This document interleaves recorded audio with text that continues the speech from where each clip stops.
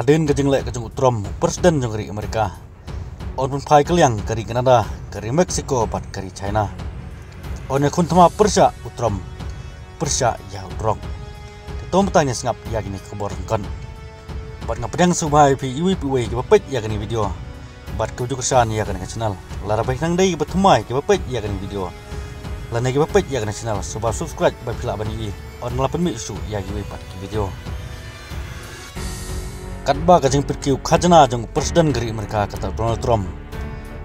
Nagamenta kari Meksiko kari Kanada kari China. Kadang sang terekam hagas ni baar. Nagaliang ke Ottawa. Lanai kari Kanada kari China pan.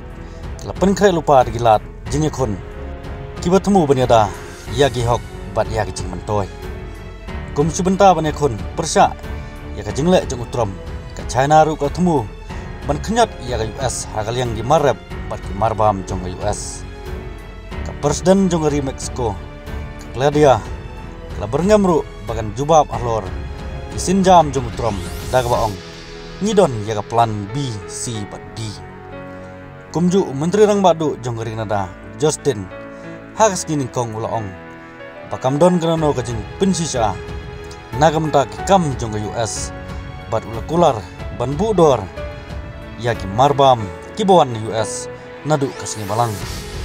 Ulaong ru bagari jengu kan keliang lanikan siu keliang daga budor hadu kumba 100% yagi mar kai jong ke US. Bat hagawi pat kubor laong baberngem utrom daga sama Persia yagi kam kai drong.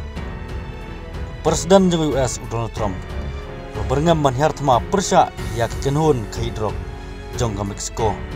Kibaul keno bagi dei kam bean bat kam penkanyaan kiba krau bat kiba pendu eiru ya ki mensim rio bat kibelong ke jingma ka bakrau ya ka jing singan jong dari US namar kata utrom mulong bagari Amerika hagane ka sin kan simno dagarai kiba bat pan pentrekam dag kendon ke perking susu namar ke jing ujor jong ki kam khaidrok bean bat kane ka juk mentah bat ban telakam ru ya jingma ki babun kibami nagati kam khai bean hagaleng jong kari ngening ap igui pat khubor subscribe ya kan channel ba phila banyu sngau lana phila banyu i on lapan mi su ya gi pat khubor khublai sibon